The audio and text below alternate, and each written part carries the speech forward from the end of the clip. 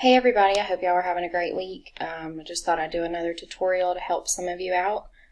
So again, you're in distance learning. When you click here, you're only going to see week 2 with this week's dates. I unpublished last week just so that there were less pages you'd have to navigate through. Okay, the video will be above this right here, but these are your slides for this week, and they're going to include your activities that you're going to need to do. Again, there's your reference sheet for any formulas. I don't think you're going to need it for this week, but just in case, they're right here. Alright, so your first activity is classifying matter. So identify a substance as either pure or a mixture. And remember, we talked about pure substances being elements or compounds, mixtures as heterogeneous, homogeneous, and then phase of matter, so solid, liquid, or gas. Here's an article to help you review, a video to help you review, and then here is a practice. And the practice is what you're going to share with me. It's actually a form, so after you go through the articles and the video, or even the game, if you want to, you'll click on the practice form. You're not going to have to make a copy because once you hit submit, it sends it directly to my email. So your first name, last name, and then you're going to choose the best title for blocks 1 through 6. So again, using those resources on your slide, for block number 1 right here, you're going to pick which one of these would belong there. You're going to do that for 1, this one's 2, 3, 4, 5, and 6. Okay? And then for these, you're going to state whether this statement is describing a physical or a chemical property. And then for these substances, you're going to tell me, is it an element, a compound, a heterogeneous mixture, or a solution? And a solution is the same thing as a homogeneous mixture. So again, if you need to go back and review, there's a video and an article, and then there's also that game that's going to help you with these. Give at least 2 examples of phase change, so I have that there for you, and then what word would describe how these are changing. So solid to a liquid, you're going to choose whether that is describing melting, boiling, or sublimation, and then same thing here, freezing, condensation, or deposition. Okay, and then once you submit it, it sends it directly to me, and you should also get some feedback once you submit it as in which ones you got correct and which ones incorrect. If you have any questions, though, just send me a message either through email or Remind. Activity 2, acids, bases, pH.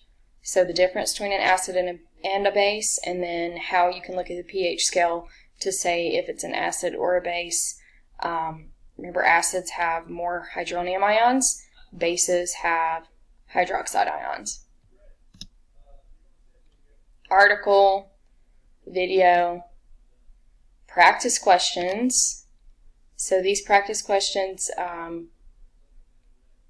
they should be multiple choice. Exit out of that right there. Okay, if it prompts you to log in here with CK12, we've used it before, but if you're using a different device, it might ask you to log in. Just use your Google account that you use with the school.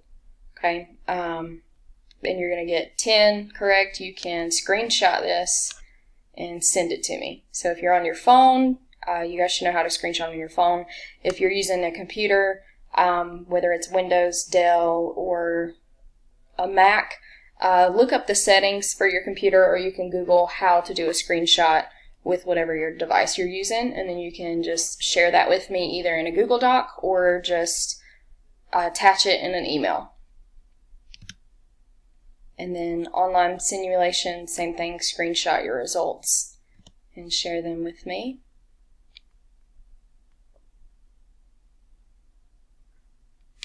Okay, so you would go through these here. This might ask you to allow Adobe Flash Player, and you should be able to allow. If you don't see anything, look in this area right here. This is my lock screen. If you see a little red X, or sometimes it's over here in your browser, if you see anything that looks like a little red X, click on it, because it could be that your settings don't allow a flash player, and you can change that there.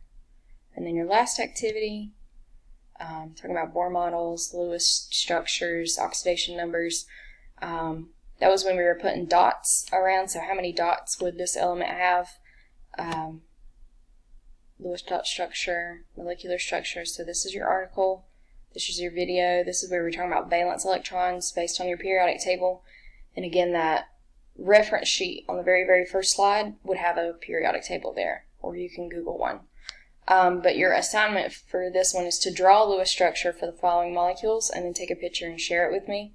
So there's only 4 here, and you can do this on a scrap sheet of paper and just take a picture of it, send it to me, or if you are a master at Google Docs and can do it there, you can share it with me once you finish your Google Doc there. Okay, and then that's all for this week. You have another exit ticket.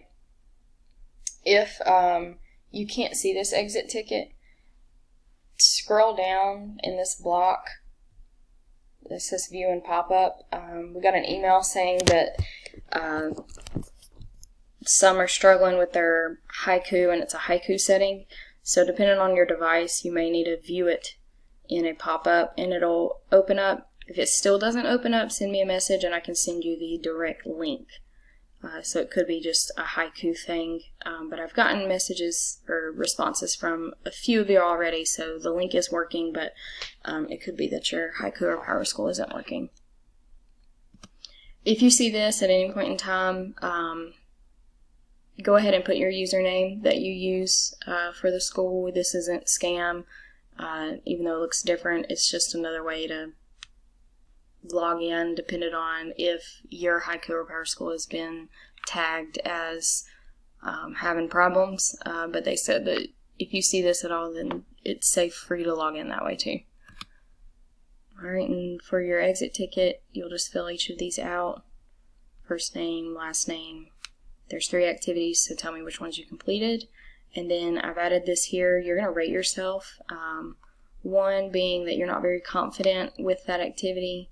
5 being that you're very confident. And then over here, if there's a reason you didn't do that activity, click one of these and then we'll see. I'll help you guys if you're struggling on what to do.